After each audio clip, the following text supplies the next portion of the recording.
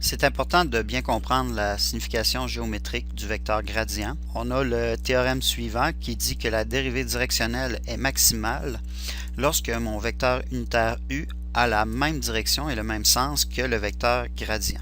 Ça signifie que le gradient pointe toujours dans la direction où l'augmentation de ma fonction est plus élevée. De plus, pour avoir ce taux de variation-là maximal, ce qu'on peut faire, c'est calculer le module du gradient. Pour l'expliquer, il faut se rappeler qu'on a vu que la dérivée directionnelle au point xo, yco, ça pouvait être écrit comme le vecteur gradient scalairement par le vecteur u. En NYC, vous avez vu la définition du produit scalaire.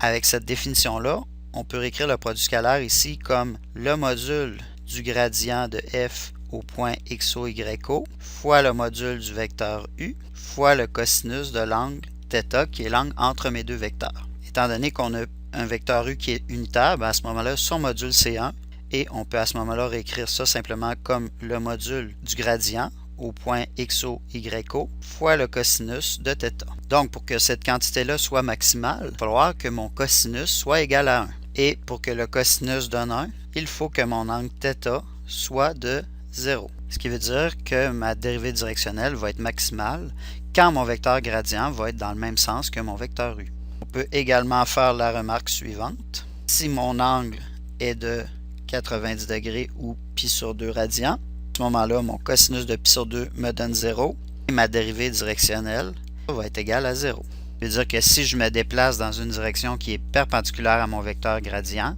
à ce moment-là, il n'y a pas de variation sur ma fonction.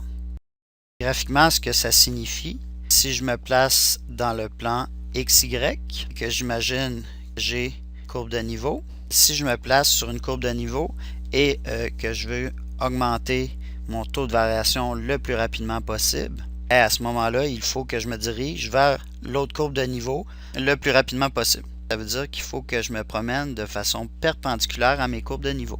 Si je me déplace de façon parallèle, on reste sur la même courbe de niveau. La fonction ne varie pas. Donc, ce qui est vraiment important de retenir, c'est que le gradient pointe toujours dans la direction sur ma fonction où le taux d'augmentation est le plus élevé.